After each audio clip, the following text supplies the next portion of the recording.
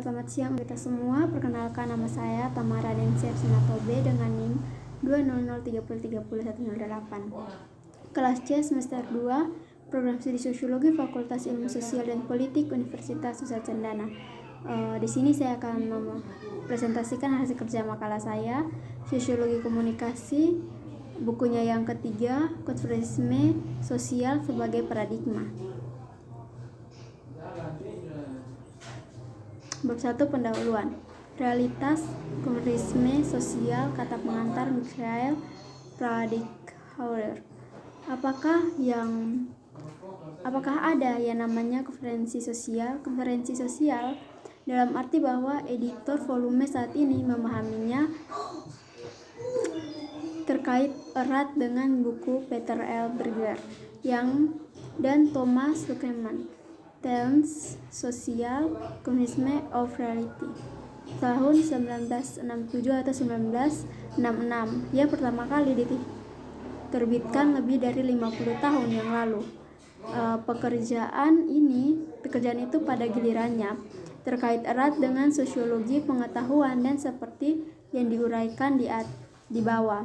Garis penghubung ini membentang kembali ke Wina pada pergantian abad ke-20.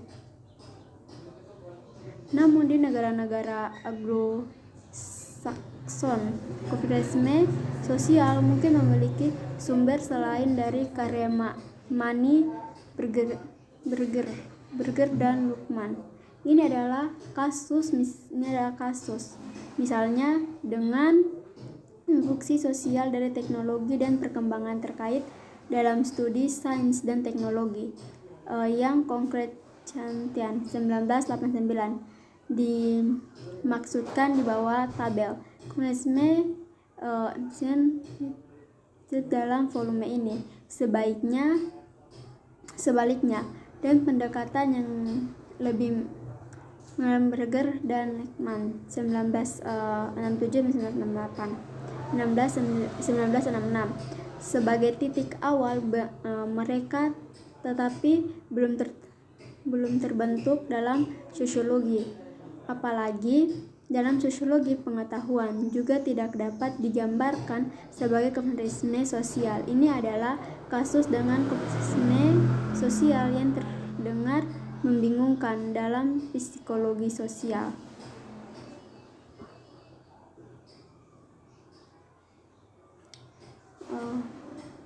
Situasi yang dibahas dalam volume saat ini menjadi semakin membingungkan karena hingga akhir hidup mereka, penulis Stanford Overell dengan tegas menolak pelabanan pendekatan mereka sebagai konformisme sosial dalam kasus Berger dan Luckman. Hal ini berkaitan dengan fakta bahwa mereka sangat takut terhadap ideologisasi dan ketidaktaatan terhadap gagasan sekolah pendiri pemikiran ilmiah. Namun mereka juga menolak istilah konformisme sosial dengan alasan subjektif. Dalam pandangan mereka, pengubah dalam konformisme sosial tidak melindungi pendekatan mereka agar tidak diklarifikasikan sebagai subjektif komprehensif. Yang pertama, bagi mereka konformisme di satu sisi atau sisi yang lain identik dengan pola pikir kesewenang-wenangan post-state. Di sisi lain, mereka mengatakan dengan jenis konformisme tertentu yang bahkan dipahami oleh para pendirinya sebagai radikal. Lihat Emerson dalam buku ini. Dalam sosiologi bahasa Jerman, konformisme radikal ini yang berasal dari ilmu kognitif dan biologi. Kedua, Mikhail Pradighauer yang disebut teori sistem oleh Nicholas Luhmann. Jarak dari Berger dan Luckman dari konformisme juga disebut oleh fakta bahwa mereka tidak menganggap teori sistem yang dikembangkan dan dengan cepat menjadi terkenal pada tahun 1970-an sebagai versi dengan cepat menjadi versi konsumsi yang tidak memadai, yang mengenai pendekatan mereka sendiri harus ditempatkan dan dialokasikan secara konsisten sebagai teori yang lebih berkualitas, karena teori sisteman juga memiliki titik awal dari fenomena Edenhout.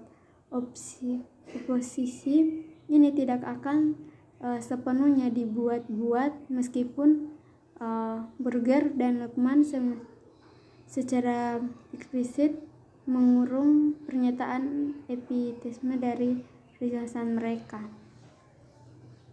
Keputusan teoriski penulis yang mendukung konsumsi dan sosial overall dimaksudkan untuk menandai perbedaan antara konsumisme dan kulturisasi, yaitu bagaimanapun dipahami proses mental. Oleh karena itu, konsumisme sosial jelas merupakan konsumsi tandingan untuk semua konsumisme subjektif. Bab 2. Pembahasan teori konsumisme sosial aktif dan penerapannya. Saya akui bahwa ini adalah judul yang aneh. Burger dan Luckmann jelas adalah orang Australia. Jika seseorang mempertimbangkan lokasi kelahiran mereka, satu atau setidaknya mereka dianggap sebagai orang Australia semu.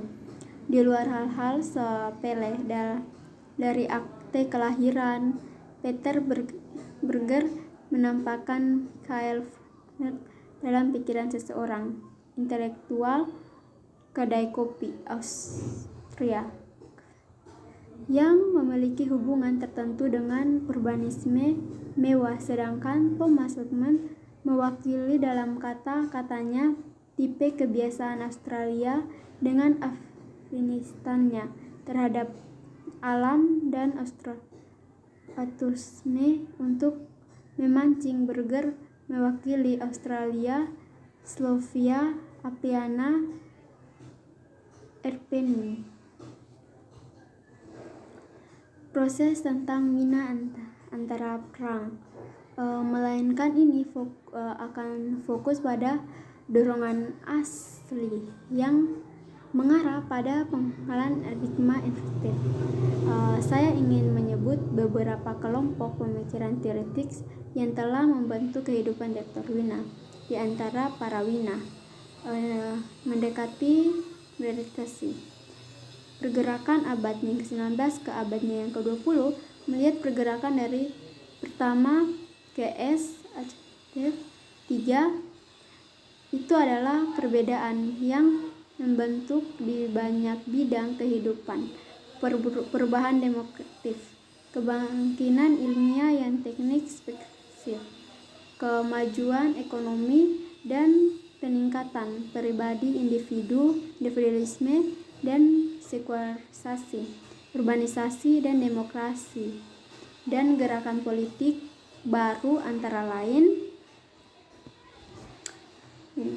Lingkaran Wina, latar belakang masalah filosofis dan sosiologis yang coba dipecahkan oleh Smith adalah pembahasan pada akhir abad yang ke-19 dan pada pergantian abad ke-20, pengetahuan demokratif dan ideografik, teori dan sejarah, dan identisme, sekolah sejarah, versi sekolah Unital Mergirmal atau Megar, dan kemudian upaya dan webinar Smuter 1863 sampai 1941 dan Axel Weber 1864 sampai 1920 untuk membentuk sistem sejarah dan teori. Masalah pengetahuan di Wina pasca Perang Dunia I, kita akan beberapa kelompok yang merefleksikan tentang bagaimana mendapatkan pengetahuan umum yang dapat diandalkan dan bagaimana melanjutkan penelitian ilmiah yang fail. Mereka datang dengan proposal yang sangat berbeda, solusi empirisme dan teoritis, model konkret dan abstrak, serta perspektif logis dan praktis. Logis adalah tokoh yang banyak diabaikan dalam perkembangan sosiologi interaktif. Dia telah menghadiri seminar yang dipilih oleh Edmund Husserl, lahir di Melbourne di Queensland, Australia 1859-1938. Salah satu gurunya adalah Franz Brentano 1938-1917, profesor di Wina. Beberapa kata penutup. Kesimpulan seperti yang telah dijelaskan bahwa berbagai asumsi dasar bahwa konsumsi sosial pada kenyataannya adalah sebuah paradigma yang akan mencoba untuk mengekspresikan asal-asal teori Berger dan Luhmann dalam iklim intelektual dan parawina, melainkan pergeseran afektif. Saya tidak akan membebani sejarah intelektual dengan kisah terkenal Weber, Ron, Surrey, Berger, Luhmann sebelumnya. Saya akan mencoba memberikan survei singkat tentang peta intelektual yang lebih luas, lengkap di diskusi teori, jauh dan dekat, pernyataan umum dan jawaban yang berbeda.